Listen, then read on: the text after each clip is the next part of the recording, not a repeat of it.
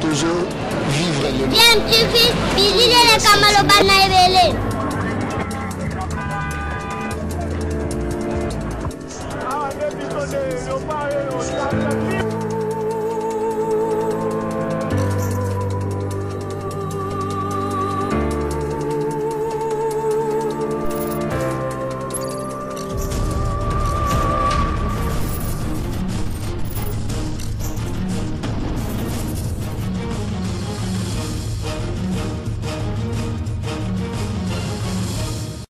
tu veux toujours en avant. Balandi DMTV mbote na bino esengo isa toujours na ngambo na biso po toyebi ke boza ebele o boza kolanda chaîne YouTube na bino DMTV o epesaka bino masolo ya actualité mais il propose na bino pe ba analyse na ba réflexion sur ba sujet d'actualité ba faits sociaux to ba réalité au cas toza komona na mboka na biso République démocratique du Congo. Actualité ezali vraiment makasi mikolo eza très mouvementé sur le plan politique hein, toujours dans l'attente il y a constitution, il y a union sacrée pour la nation initiée par le chef de l'État Félix Antoine Tshisekedi Tshilombo. Après constat au Asalaki que Makamunion Stuezalaki bloqué Mboka ezali marché à la suite il y a déchéance il y a bureau Assemblée nationale. On espère en tout cas que lors il y a élection il y a salema pour voter bureau il y a sika il faut confirmer effectivement que changement il y a majorité P Salemi à l'occasion au Yowana. Dans l'entretemps nous observons en tout cas mercat politique ezali koya makasi pe ezali ko continuer. D'ailleurs nous voulons parler justement na moko ya ba mercato politique wana mais avant d'aborder sujet wana boyebi kaka awa tokoki ko betango karate toko sauter en côté parce que to décida déjà hein, ya ko rappeler kanabino pe na biso surtout par rapport na mabe za ko salema na maladie ya Covid-19 et que sengel na biso en tout cas to continuer ko respecter ba mesures barrières pour te ba komi batela peto batela ba famille na biso parce que prévention ezali seul moyen efficace au toza nango pour te yeba vraiment commis protégé hein. C'est notre meilleure arme en fait contre maladie wana tuebi que na quand il y a Joseph Kabila na FCC na Kati il y a PPR2 encore beaucoup plus proche il y a Joseph Kabila mingi il y a ba personnalité bazalaki wana bazali kolongwa pe ko rejoindre quand il y a Félix Tshisekedi topé quand il y a union sacrée pour la nation bazali belé ko avancer ba raison na bango. Est-ce que ezali vraiment kaka pour la république hein, ndenge mingi bazali koloba pour servir intérêt il y a peuple to ezali ba calcul politicien ou ezali sous derrière mitu na bango et dernier en date pe oyo azali très médiatisé mikolo pe qui se fait parler de lui c'est bien Denis Kamba yo azali moko il y a ba membre il y a PPRD parti il y a Joseph Kabila nde na lingi na proposé bino boyo kamakambo ya lobby par rapport na kolongwa na ye topé par rapport na ko rejoindre vision il y a union sacrée pour la nation chef de l'État Félix Antoine Tshisekedi azali ko impulsé hein toyokaye bon na simande to kozonga to meka ko sala moi moké critique hein par rapport na oye à lobby je rappelle hein que bosa ko landa chaîne YouTube na bino DMTV yom tozana no abonné tende ko ngai cliquez au s'abonner na bouton na ka pe ba komi s'abonner en rouge une fois que ko s'abonner activer peu cloche ya notification pour yangonde ko permettre na yo au ratakalisu te ba prochaine vidéo to ko mettre awa en ligne pour na yo. Alors suivant Denis Kambayi, nous nous retrouvons tout de suite après. Préciser yango pas soit le belango trop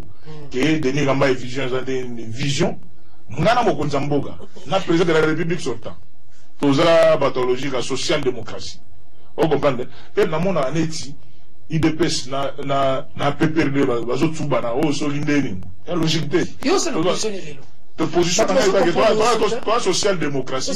oui mais yo c'est le PPRD IDPS bozanga mbonga yo comme pas propos na yo comme ko ça parenté mingi ko ta IDPS yo ça mutanga mbona nga bénéficier carte ya IDPS signée par 4 personnalités directoire pera ba masa nga David Mwakiel que je salue en passant pera ba masa nga Augustin Kibasa donc pera na bango on a vraiment style mouvement avec Kibasa et ba vient d'ailleurs 4 Vechichi na via ba masa nga Liao hein donc ba pera na ba signé ba carte na biso mais on est dans l'histoire de ces les gars na évolué mais c'est une église vous comprenez dans tout ça, la mission missionnée, mais na sala na onatra.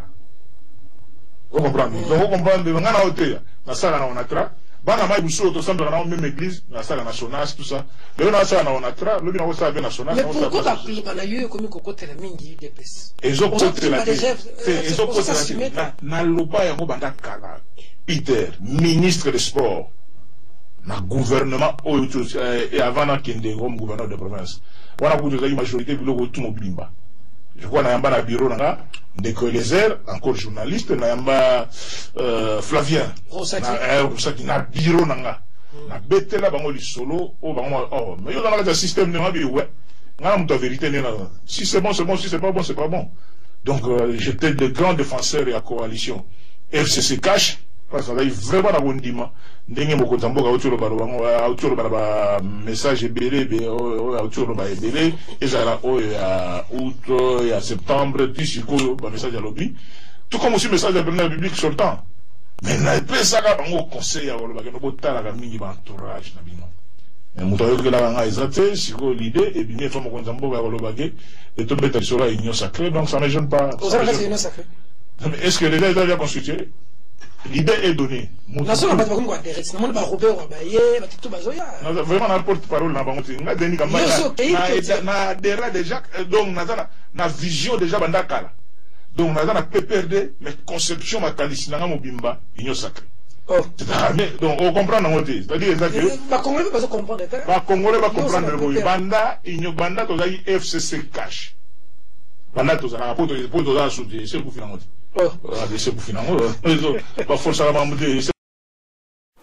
Voilà, nous sommes de retour. Boti Kolandawana, moi extrême au Totielibino sur Denis Kambai. NASA na PPRD, mais conception Makanisinanga Mobimba, Union Sacrée, Dixit Denis Kambai. Denis Kambai, ça peut expliquer Nabiso Kazali na PPRD, mais Makanisinaye et ça, les sous na PPRD, mais commune na Union Sacrée. Comment faire confiance na personnalité Yaboye Oyo Azaliko Bongwa na Azaliko Tika ici. Lui qui n'a pas commencé la carrière politique n'a pas perdu à Zalaki nano ailleurs autre qui tout fraîchement Zalaki na force du futur il y a président Zaidi Ngoma au lendemain en tout cas il y a accord topé dialogue Salimaki na San City nandenge Salaki va installer en tout cas gouvernement 1+4 Zaidi Ngoma Salaki peut partir naie force du futur et pas Iwa Pito Monaki en tout cas jeune et belé Kokota Nakati notamment Denis Kambai ou accompagné qui en tout cas Zaidi Ngoma était on va dire dans une sorte d'opposition républicaine Zalaki tout à fait Nakati il y a pouvoir té tolo babongo et ça batu basangana qui même si Kogeraki Geraki ensemble et Denis Kambai brusquement tout monaki kolongwa kotambola mais bandaki na bongo té Zalaki peu à peu na ba média propos na yeto somo nango kezo za sous propos ya mutu opposition te et comme ba propos moko ya mutu azali na pouvoir ti finalement to comment na kokota na kati ya PPRD pe na kati ya PPRD wana aya même kokoma na ministre ya sport boyebike yende akumbaki équipe nationale ya République démocratique du Congo na CHAN ou betamaki na Rwanda na 2016 peu qui remporté par Bisso boyebi yango susu yepe mutu accompagné qui peut sous équipe nationale bosso ya Raïs Joseph Kabila Kabange, chef de l'État de l'époque, Nandenge Bazwaki Badjipe, y compris Yemokopé. Donc voilà un peu les politiciens na biso ndenge bayo kakanabango sonité, ndenge babongwa na kanabango à la seconde azu a changé naye Kazakh. Comment koki kolobaki ozali na PPRD en même temps ozolobaki makanisina mobimba ezali na union sacrée alors que union sacrée wana eye ko consacrer divorce entre PPRD et Topé FCC na Akash oh il y a Félix Antoine Tshisekedi Tshilombo. Alors comment koki ko expliquer na biso que yozali na kati ya PPRD mais makanisino mobimba na union sacrée? Comment comprendre cela? Est-ce que Denis Kambai finalement de par ba origine naie nous ne sommes pas trop ça l'apologie à tribalisme était d'ailleurs à zapper na famille à Félix Antoine Tshisekedi mais du fait que bazali peut-être